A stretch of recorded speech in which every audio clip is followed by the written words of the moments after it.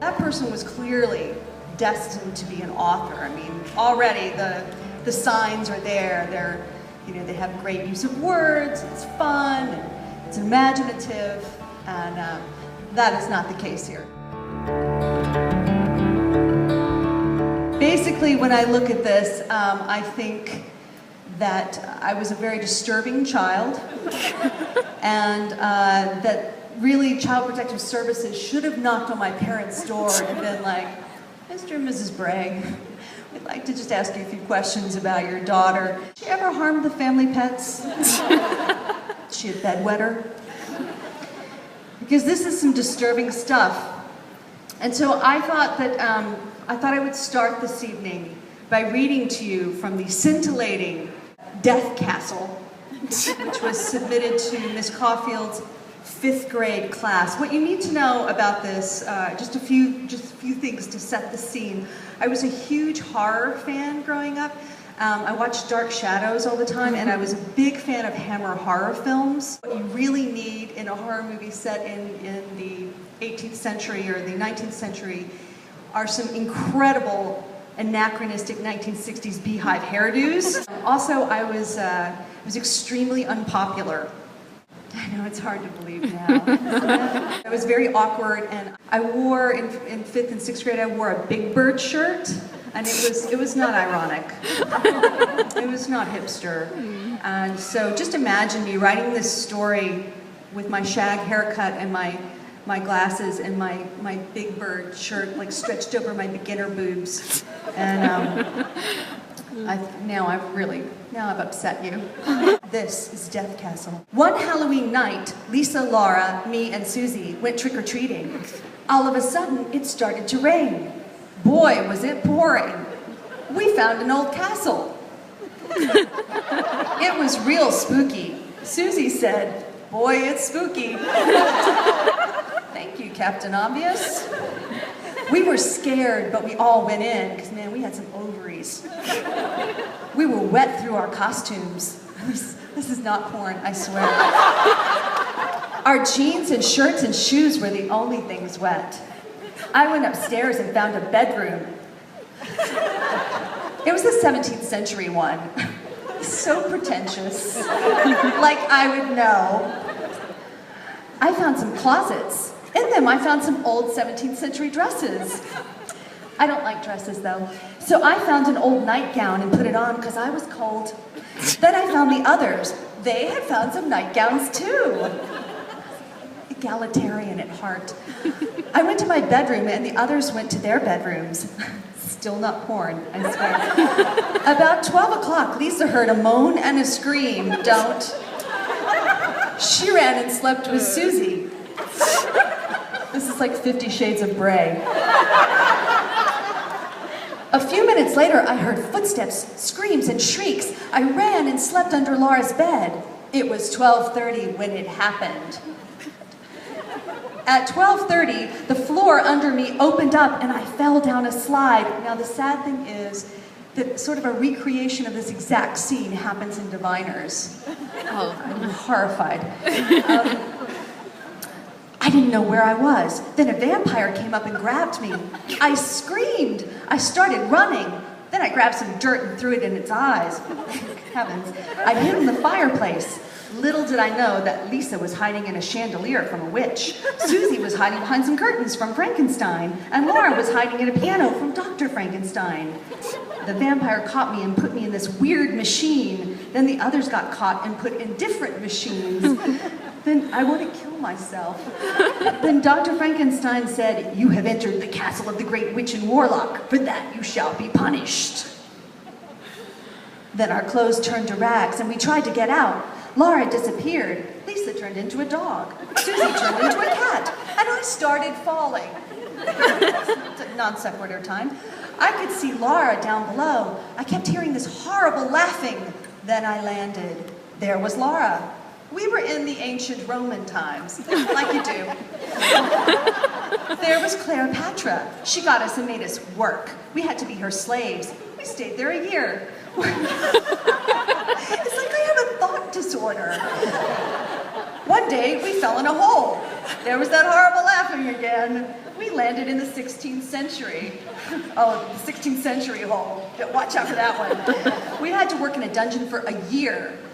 Then we fell in another hole and landed in the tower of the castle. We found Lisa and Susie and turned them back into themselves. Then we found Dr. Frankenstein's lab and found Dawn Pistol.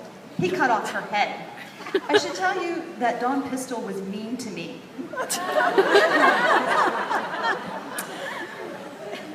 We hid, then we ran. Dawn P started after us. She almost killed us, but she fell and died.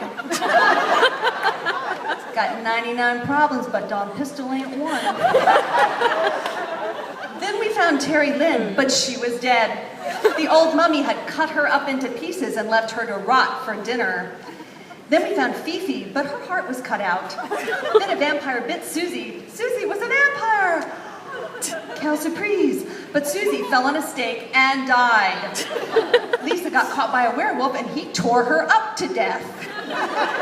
Laura and I ran and ran. We ran into the palace room. There was the great witch and warlock. They were asleep, so we took a look at their thrones. Oh my God, they're sleeping. Look at their thrones, those are so awesome. The wall opened up. Julianne fell out. She had been choked to death. We ran for hours. We ran down some stairs. It's like an episode of Doctor Who with David Tennant. We just keep running. We fell into an elevator. This is my favorite part. It went up and up and up and up. Then it went down and down and down and down. Just in case you were confused about the physics of elevators, I'm here for you. We fell out. I was in a strange room. I looked back, but Laura wasn't there. I walked around for hours. Then I fell asleep. I slept for 4 years, then I woke up. I walked a while, then I sat down. I didn't know where I was. I couldn't find Laura. I wanted out and I was hungry and thirsty. Then I'm sure that you can see the influence of Mrs. Dalloway on this, clearly. Then I heard a strange and scary noise. I followed it into a strange room. It was dark. There was a light up ahead. I followed it for hours. When I got there, I saw Laura in a large tube with light inside. At first, I thought she was dead or mad at me. Thank God you're just dead. I thought you were mad at me.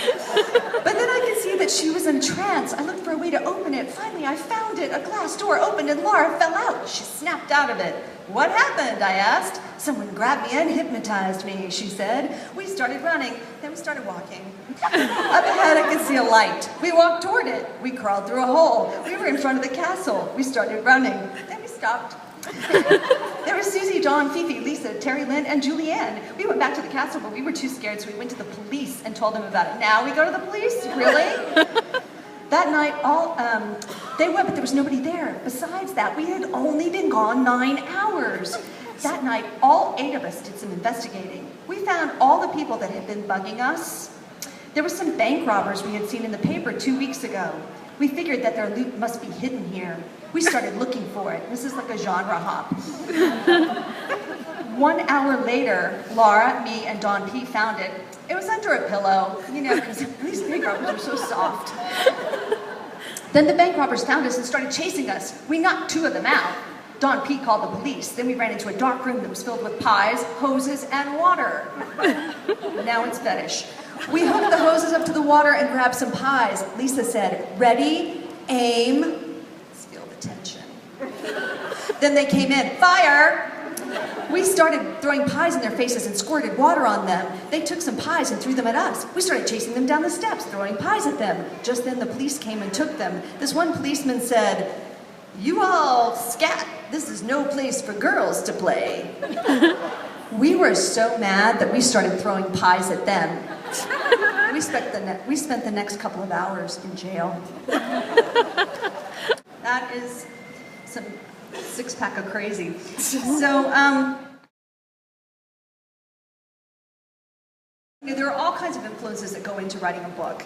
And for me, I had really wanted to write another supernatural story because I'm kind of fascinated by the supernatural, and I think part of that was I was an impressionable child. And I grew up in a family in which I had a great-grandmother. I didn't see her very often, but I would go visit her sometimes. She lived in North Carolina. And she was very religious and very superstitious. And she loved ghost stories. And she would always tell me these ghost stories.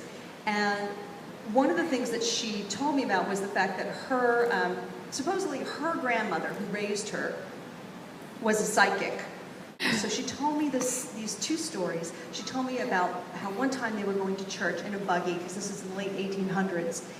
And as they were going past the graveyard, this dust came up and the horses got spooked and they refused to go forward. And her grandmother began to say, "Now, Nellie, you need to go on back now. You're dead now. You need to go on back." And she talked to her, and then all of a sudden the horses calmed down and they carried on. And the other story was that her grandfather was an undertaker. And she said that one day she was sitting on the porch with her grandmother, broad daylight, and her grandmother was, rocking, and all of a sudden her grandmother went very still and went into one of her trances and said, "Somebody has died. It's a child has died. I see a small piece of string and a light on in the shop," because they would measure the body with string and then bring the string in to have the coffin made. And of course, this freaked my great-grandmother out to no end. And that night she woke up because her room overlooked the shop, the undertaker's shop, and there was a light on in the shop. And she went down there, and somebody had come from a neighboring village, and they had brought a small piece of string to have a coffin made because a child had died. And so, my grandmother would tell me these stories, and she'd be like, "Okay, all right, going up to the attic room to sleep. Okay, honey. We'll let you out in the morning. All right. Okay. Night-night, honey." Oh, yeah. So I grew up with stories like that. That I had really wanted to write something about post-9/11 America. I started doing research on this series about 4 years ago. And at the time, I was kind of disturbed by some things that were happening in our country in the interest of security. And I was thinking about this great quote that is often attributed to Sinclair Lewis, which is, "When fascism comes to America, it will come wrapped in a flag and carrying a cross." And I thought about that. And at the same time, I started doing all this research in the 1920s because I wanted to write a 1920s monster saga with superheroes. And as I began to do the research, I began to discover these uncomfortable parallels between what had happened in the 1920s and what was happening in America present day. And I always say that the thing about history is that it has tentacles, and if you're not paying attention, they will come up and slap you, upside the head.